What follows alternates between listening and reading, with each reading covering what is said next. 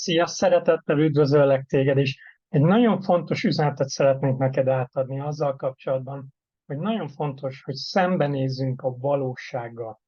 A Bibliában Jeremiás könyve 6. fejezete azt mondja, itt van, és hazugsággal gyógyítgatják az én népem leányának romlását, mondván békesség, békesség, és nincs békesség.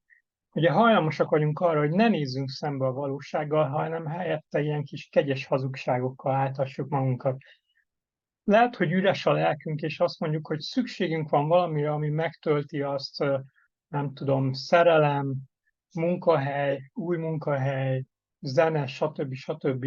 De nem nézzünk szembe ennek a valóságával, hogy tényleg üres a szívünk, és egy valódi megoldásra van szükségünk. Vagy lehet, hogy értelmetlennek érzem az életemet, és helyette azt mondom, hogy hát lehet, hogy egy kis pihenésre van szükségem, vagy valamilyen új környezetre. Pedig szembe kell néznünk ezzel a valósággal, hogy igenis üres a szívünk, igenis hiába valóságot élünk meg, és egy igazi, valóságos megoldásra van szükségünk.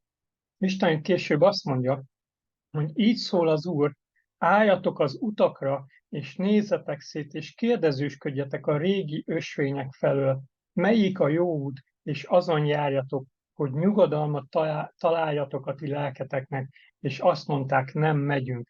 Ne legyél ilyen, aki azt mondja, hogy nem megy. Isten hív téged, mert valódi megoldás van ezekre a kérdésekre. Nézz szembe a problémával, nézz szembe a valósággal, azért, mert akkor fogod azt mondani, hogy meg akarom keresni a valódi megoldást. És Isten azt mondja, hogy van valódi megoldás.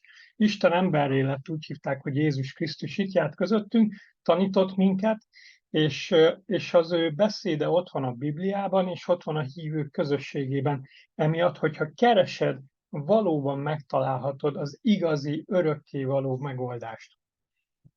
Maga Isten azt mondja a Zsoltárok könyvében, 16. fejezetben, te tanítasz engem az élet ösvényére, teljes öröm van te nálad, a te jobbodon gyönyörűségek vannak örökké. Vagyis hát ezt a Zsoltáros mondja ugye Istenről, hogy ő az, aki tanít engem az élet ösvényére, hogy ő nála van teljes öröm, és hogy nála vannak gyönyörűségek. Ezek azok a dolgok, amelyek megtöltik a szívemet, és örökkévaló célokat adnak nekem, ahogy közösségben vagyok Istennel.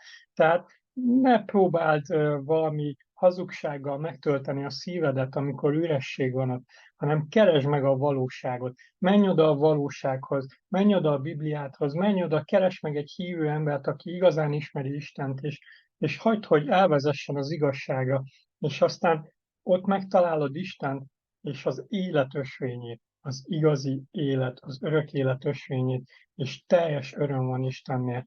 Úgyhogy bátorítalak téged, hogy nyisd ki a szívedet, és keresd meg Isten. Isten áldjon meg.